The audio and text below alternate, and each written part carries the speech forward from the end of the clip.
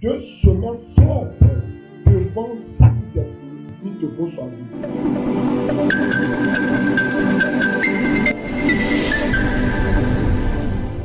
Dans Samuel, chapitre 20 et le verset 42. Et Jonathan dit à David, va en paix. Maintenant que nous avons juré l'un à l'autre au nom de l'Éternel en disant que l'Éternel soit à jamais entre moi et toi, ma postérité, ta postérité, ta fille se leva et s'en alla. Et Jonathan rentra dans la ville. Ésaïe chapitre 53, versets 2 et 3. Il s'est élevé devant lui comme une faible plante, comme un rejeton qui sort d'une terre desséchée. Il n'avait ni beauté, ni éclat pour attirer nos regards. Et son aspect n'avait rien pour nous plaire. Méprisé et abandonné des hommes, homme de douleur et habitué à la souffrance, semblable à celui dont on détourne le visage. Nous l'avons dédaigné, nous n'avons fait de lui aucun cas. Deux chemins sont devant chaque destinée, de gauche choisir. Si vous nous suivez bien, notre force c'est l'Esprit de Dieu qui a arrêté Saoul et les trois différentes équipes qu'il avait envoyées pour aller arrêter David. C'était pour mettre sur sa destinée et le tuer par la suite. Mais Dieu étant avec David, il va aller à Naïoth. En présence de l'homme de Dieu, Samuel, son père spirituel. Et c'est là même, Saoul n'a même pas eu peur. Il n'a pas peur de Samuel, il n'a pas respecté Samuel et il n'a même pas peur de la présence de Dieu. Il était décidé, même par la raison de Dieu, à tuer David. Mais l'Esprit de Dieu a combattu pour David. C'est pourquoi il a arrêté Saoul, il a arrêté toutes les trois équipes. Et la Bible dit, toute la journée, toute la nuit, Saoul ne voulait pas paix. Pendant ce temps, David va quitter Naïoth pour aller voir Jonathan son ami. Et quand il arrive, il va dire à Jonathan, quel mal j'ai fait, quel péché j'ai commis, quel crime j'ai commis. Ton père veut finir avec moi. Jonathan va lui dire, n'aie pas peur. Mon père ne fait rien sans m'en informer. Tout ce qu'il fait, il me porte tout. Mais en ce temps ici, Saoul, sachant que Jonathan, son fils, était l'ami de David, faisait des choses qu'il ne disait plus à Jonathan. Parce qu'il savait que lorsqu'il raconte cela à Jonathan, il va dire cela à David. Mais Dieu est en contrôle de tout. Et pendant ce temps, Jonathan et David vont discuter longuement. Ils vont avoir des stratégies sur l'avenir.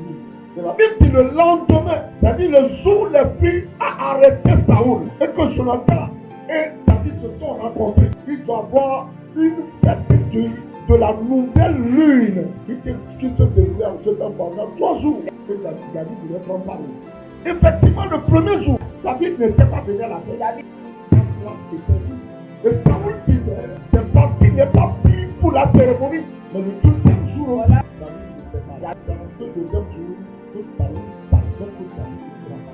En ce temps, il était pas dans la que lui seul et Jonathan savaient. Auprès d'une pierre qu'on appelle la pierre d'Azer, c'est Jonathan qui lui a précisé de rester là jusqu'à ce qu'il lui fournisse la dernière information concernant ce que son père pense de lui. Effectivement, le deuxième jour de la fête, Saoul a demandé d'après David de façon violente. Où est-il? Et Jonathan va prendre la parole. Mais à cause de David, Saoul va vouloir tuer même son enfant Jonathan. Et le troisième jour le matin, Jonathan alla trouver David dans la forêt. Il va lui dire, maintenant, je sais que mon père est disciple. Un nouveau chemin doit commencer, le chemin de la préparation, le chemin de ta formation. Va en fait, mais n'oublie pas l'alliance entre toi et moi, je considère et n'oublie pas. Et si l'arrivée que je meurs manifeste ta bonté à l'égard de ma mère, Jonathan et David ne se verront plus distants. Jonathan va mourir avec son père. Ma question. Est-ce que normalement Jonathan devait mourir avec son père? Il est mort avec son père, mais tout simplement parce qu'il devait être loyal à son père. Il ne connaissait Dieu. Il savait que David, c'est lui le nouveau. Il pouvait choisir de suivre David. En ce cas, il ne mourrait pas. Mais parce qu'il voulait être loyal à son père, son père est mort, il est mort. Mais pendant ce temps, David a choisi son chemin, le chemin de l'humilité. Devant chaque destinée s'offre deux chemins. Le chemin de l'humilité et le chemin de l'orgueil. Saoul avait choisi le chemin de l'orgueil. C'est pourquoi le restant de toute sa vie, il était dans une vie chère, une vie sans gloire. Mais pendant ce temps, David a choisi le chemin de l'humilité. Imaginez ce qui se passe ici. David pouvait affronter Saoul. Quelqu'un qui a réussi à défier Goliath, à tuer Goliath. Il pouvait affronter Saoul et le tuer. Il pouvait, mais s'il le faisait comme ça, c'est le chemin de l'orgueil qu'il a choisi. Il a préféré le chemin de l'humilité. La parole de Dieu dit, l'humilité précède la gloire, mais l'orgueil précède la chute. C'est deux chemins différents. Si tu sais que tu as une destinée, tu as la possibilité de choisir entre ces deux chemins-là. Le chemin de l'humilité, c'est un chemin d'obéissance, c'est un chemin de justice, c'est un chemin de loyauté, c'est un chemin de préparation, c'est un chemin d'écoute de la voix de Dieu. C'est un chemin qui t'amène à être ce que tu dois être. Mais le chemin de l'orgueil, c'est le chemin qui amène à la chute certaine. C'est un chemin où l'on sent plus d'orgueil, pensant qu'on connaît la tout. Et David pouvait choisir ce chemin-là aussi. Si vous imaginez ce qui se passe là-bas, à ce moment précis, tout donnait à David de devenir orgueilleux. Parce que partout on l'appréciait, partout on disait c'est lui. Les femmes criaient, David est revenu avec ses 10 000, Saoul avait ses 10 000. Ça pouvait être un sujet d'orgueil. Et quand il commence à le faire comme ça, il aurait commencé à marcher sur le chemin de l'orgueil.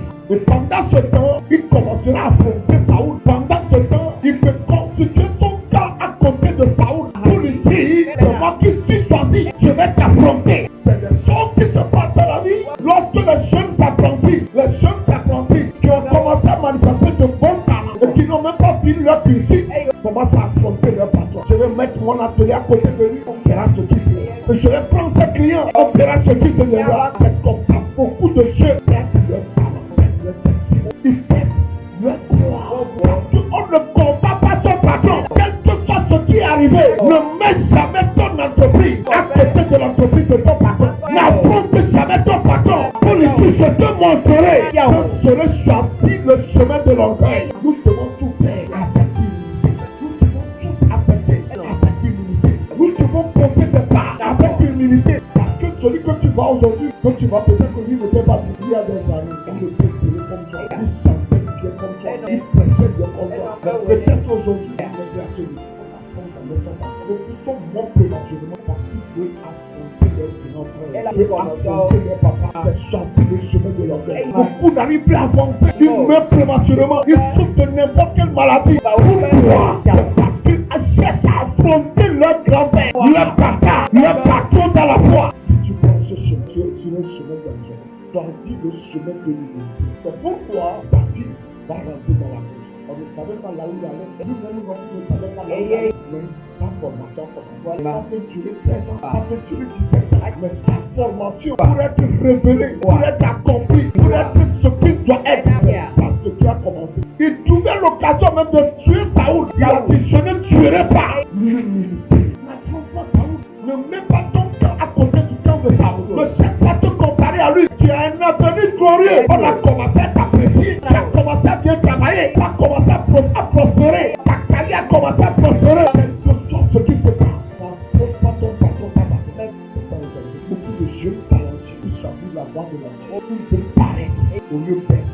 Ne cherche pas à paraître. Il faut que tu sois. Car ce que tu es te révélera. Ce que tu es, tu le révéleras. Beaucoup cherchent à paraître. C'est l'orgueil. Beaucoup s'habillent pour paraître. Beaucoup chantent pour paraître. Beaucoup prêchent pour paraître. Beaucoup font des choses pour paraître. Mais l'exemple que nous avons lu dans Esaïe 53, ça c'est notre Seigneur de Dieu. Le Seigneur de Seigneur. Celui qui a tout. Celui qui a droit même de venir de toute façon glorieuse.